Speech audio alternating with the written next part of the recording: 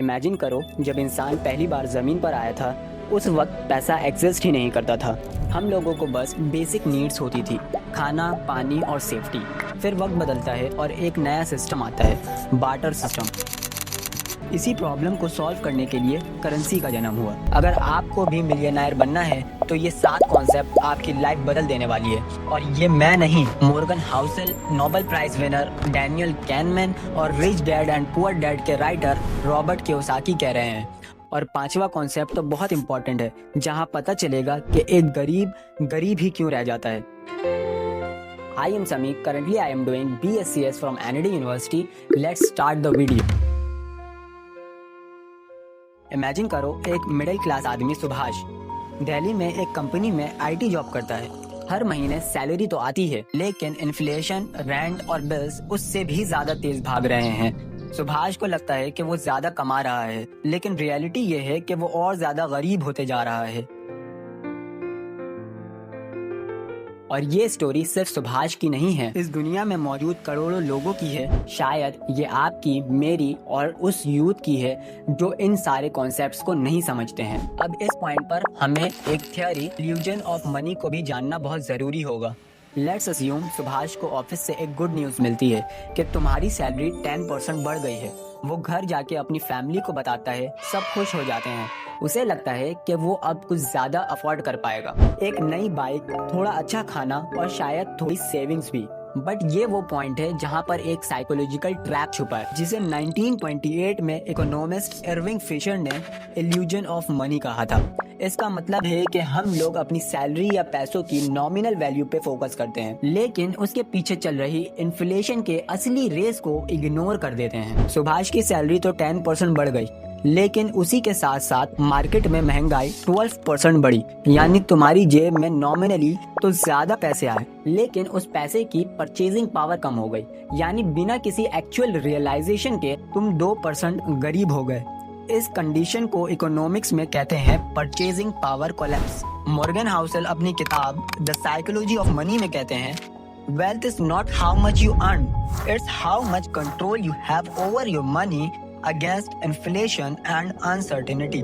सुभाष जैसे आदमी जब नई बाइक या फोन खरीदते हैं, उसको लगता है कि प्रोग्रेस हो रही है, लेकिन रियलिटी में वो अपने लिए लायबिलिटी क्रिएट कर रहे होते हैं, जो उसके लॉन्ग टर्म फाइनेंशियल फ्रीडम को खत्म करते जाती है। इसी इन्फ्लेशन के इशू को 2019 में हार्वर्ड बिजनेस रिव्यू ने हाईलाइट करते हुए कहा, in developing countries middle class families are more vulnerable to inflation because they are rely on fixed salaries and have limited investment awareness. मतलब सुभाष और उसी के जैसे मिडिल क्लास फैमिलीज इन्फ्लेशन के सामने डिफेंसलेस थी, क्योंकि ना तो उनकी सैलरी इतनी फास्ट बढ़ती है जैसे इन्फ्लेशन या चीजों की प्राइसेस बढ़ते हैं, और ना ही उनको इन्वेस्टमेंट के ऐसे टूल्स का नॉलेज होता है जिससे वो अपनी इनकम को इन्फ्लेशन प्रूफ बना सके। रिजल्ट, जो फैमिलीज पहले एक छोटी सी वेकेशन अफोर्ड कर लेता था, और अब वो सोचता है कि जो बची हुई सैलरी है उससे सर्वाइवल कैसे मैनेज हो। यही है middle class trap.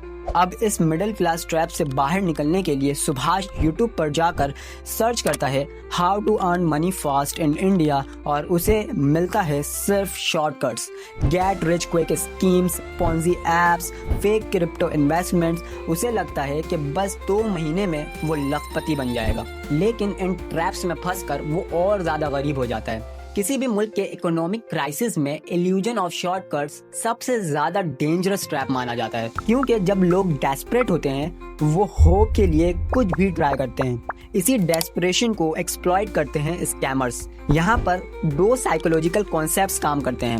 Number 1, grid versus fair बायस। सोचो कि एक स्टॉक मार्केट में टर्बुलेंस चल रही है, न्यू चैनल चिल्ला रहे हैं मार्केट क्रैश, रुपए की वैल्यू गिर रहा है। अब इस पॉइंट पर कोई भी इंसान होगा वो यही सोचेगा कि वो अपने डिसीजंस लॉजिकल और रैशनल थिंकिंग से करेगा, लेकिन Nobel prize winning economist Richard Thaler के रिसर्च ने ये एक्सपोज किया कि ऐसी अनसर्टेनिटी के टाइम पर इंसान के डिसीजन अक्सर फेयर एंड ग्रीड बायस के नीचे दब जाते हैं।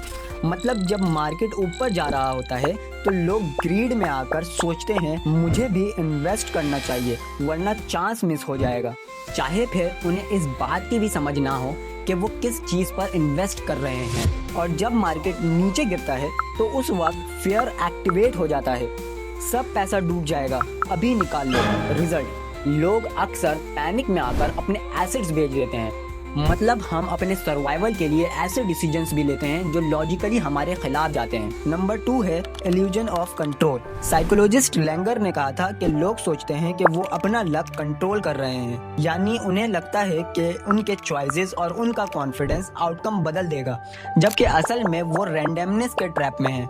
एलन लेंगर के एक्सपेरिमेंट में ये क्लियर हो गया था कि जब लोग खुद डाइस फेंकते हैं या खुद लॉटरी नंबर चूज करते हैं तो उन्हें लगता है कि उनके पास ज्यादा कंट्रोल है, पर रियलिटी ये है कि डाइस और लॉटरी दोनों केसेस में आउटकम सिर्फ एक चांस होता है और इसमें इंसान का कॉन्फिडेंस सिर्फ एक इल्यूजन।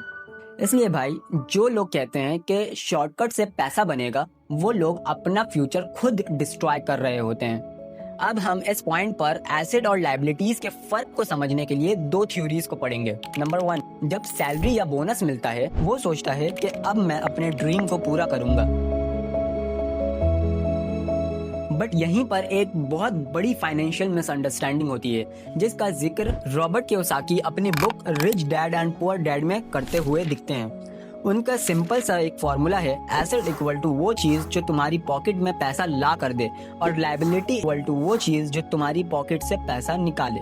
अब दिक्कत यह है कि अक्सर मिडिल क्लास फैमिलीज इन दोनों कॉन्सेप्ट्स को कंफ्यूज कर देते हैं। मिसाल के तौर पर एक नई कार लेना उनके लिए सक्सेस का सिंबल होता है, लेकिन रियलिटी में कार एक लायबिलिटी है। रोज का पेट्रोल, इंश्योरेंस, मेंटेनेंस, EMI, ये सब पॉकेट से पैसा निकालते रहते हैं। वहीं पर अगर वो अपना पैसा एक छोटी सी रेंटल प्रॉपर्टी पर लगाते हैं जो महीने का रेंट जनरेट करती, तो वो एक एसेट होता, क्योंकि ये चीज उनके पॉकेट में पैसा ला कर देता। कियोसाकी कहते हैं कि मिडिल क्लास लोग अक्सर अपने सपने लायबिलिटीज में डाल देते हैं, बड़ी गाड़ी, designer lifestyle, credit card shoppings, और उन्हें लगता है कि ये उनकी प्रोग्रेस है, पर असल में ये एक इनविजिबल ट्रैप है जो उनके फाइनेंशियल फ्रीडम को खत्म करते जाता है। रिच लोग थोड़ा अलग सोचते हैं, वो हर नए पैसे को एसेट बनाने में लगाते हैं, business, investment, real estate, stocks, golds, etc, जिससे उनके लिए एक कैश फ्लो मशीन बनती रहती है।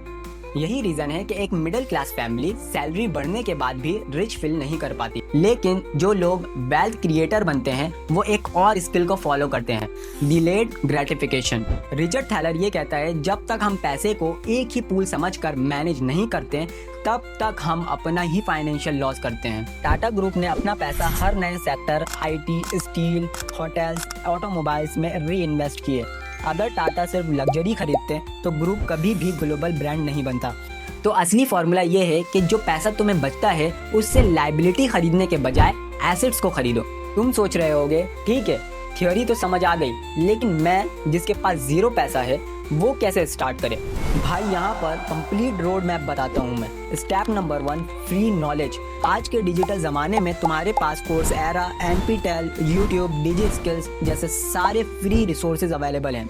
चाहे तुम्हें डिजिटल मार्केटिंग सीखनी हो, AI टूल्स का यूज करना हो, कंटेंट राइटिंग करना हो या कोडिंग, सब फ्री मिलता है। और तुम्हें बस एक चीज चाहिए, रोज के 2 घंटे फोकस्ड लर्निंग। और यही सेम चीज जेम्स क्लियर की किताब एटॉमिक हैबिट्स हाईलाइट करती है। छोटी छोटी डेली के हैबिट्स एक दिन मिलकर लॉन्ग टर्म मास्टरी बन जाती है, लेकिन 1 साल बाद तुम एक नई स्किल मास्टर कर चुके होगे। Step number 2, micro hustles. अब सोचो तुम्हारे पास एक स्किल तो आ गई है, लेकिन तुम्हारे स्टेबिलिटी के लिए इमीडिएट थोड़े से इनकम की जरूरत है। तुम लोकल फ्रीलांसिंग कर सकते हो, CV, टाइपिंग, ट्रांसलेशन, या रीसेलिंग कर सकते हो OLX, मीशो या इंस्टा शॉप पे। और अगर और ऑप्शंस ना हो तो स्विगी, जोमेटो, डिलीवरी या पार्ट टाइम कोई भी जॉब ले सकते हो, लेकिन उन्हें हरगिज एंड गोल मत समझना, बल्कि इसे एक तुम टेम्पोररी कैश फ्लो समझो। Step number 3, build first asset. अब तुम्हें एक स्किल भी आ गया है और थोड़ा सा तुम्हारे पास कैश फ्लो भी बनने लगा है, तो अब यहाँ पर एक नेक्स्ट स्टेप आता है अपना पहला एसेट क्रिएट करना, यानी कि आपकी पहली डिजिटल दुकान। ये हो सकता है कि इंस्टाग्राम पेज हो या यूट्यूब चैनल जिसमें तुम travelogue, food vlogging, finance tips या लोकल स्टोरीज शेयर कर सकते हो, या एक simple free blog website. Starting में तुम्हें लगेगा यार व्यूज ही नहीं आ रहे हैं, अर्निंग जीरो है, लेकिन सच में यही तुम्हारी डिजिटल फाउंडेशन है। कैरी मिनाटी ने भी तो अपना यूट्यूब 0 व्यूज से स्टार्ट किया था, लेकिन आज करोड़ों कमा रहा है। हर बड़ी कहानी एक छोटी शुरुआत से ही होती है। Step number 4, systematic investment plan. अब इस पॉइंट पर अब तुम्हारे पास थोड़ा इनकम आ रहा है। ये वो स्टेज है जहाँ पर एक मिडिल क्लास EMI पर फोन खरीद लेता है, लेकिन तुम्हें ये पैसा एक और सीड की तरह ट्रीट करना है। ये वो स्टेज है जो तुम्हें स्लोली एक अर्नर से वेल्थ क्रिएटर बनाता है। Step number 5, discipline and patience. ये सब स्टेप तो इजी लगते हैं, लेकिन असली चैलेंज है पेशेंस। पहले के 6 से 12 मंथ तुम्हें ये लगेगा कि सिर्फ स्ट्रगल ही स्ट्रगल है, पैसा कम मेहनत ज्यादा। लेकिन अगर तुमने डिसिप्लिन बनाए रखा, 1 साल बाद तुम्हें कंपाउंड इफेक्ट दिखने लगेगा। तुम्हारी स्किल पैसा जनरेट करेगी, वो पैसा एसेट बनेगा और वो एसेट अपने SIP से और पैसा बनाएगा। यानी ये पूरा जर्नी एक साइकिल है। और अगर आप भी एक राइट माइंडसेट को अडॉप्ट करते हो तो आप भी इस क्राइसिस को एक टर्निंग पॉइंट बना सकते हो। तो अब मैं आपसे सिर्फ 2 चीजें चाहता हूँ। अगर आपको इस वीडियो में जरा भी वैल्यू लगी हो तो इस वीडियो को लाइक करना, शेयर करना और सब्सक्राइब करके बेल आइकन को जरूर प्रेस करना। आपका एक छोटा सा क्लिक मुझे मोटिवेशन देगा कि मैं एक नेक्स्ट वीडियो बनाऊं। मिलते हैं एक नए वीडियो के साथ, जब तक के लिए मुझे दुआओं में याद रखिए। अल्लाह हाफिज।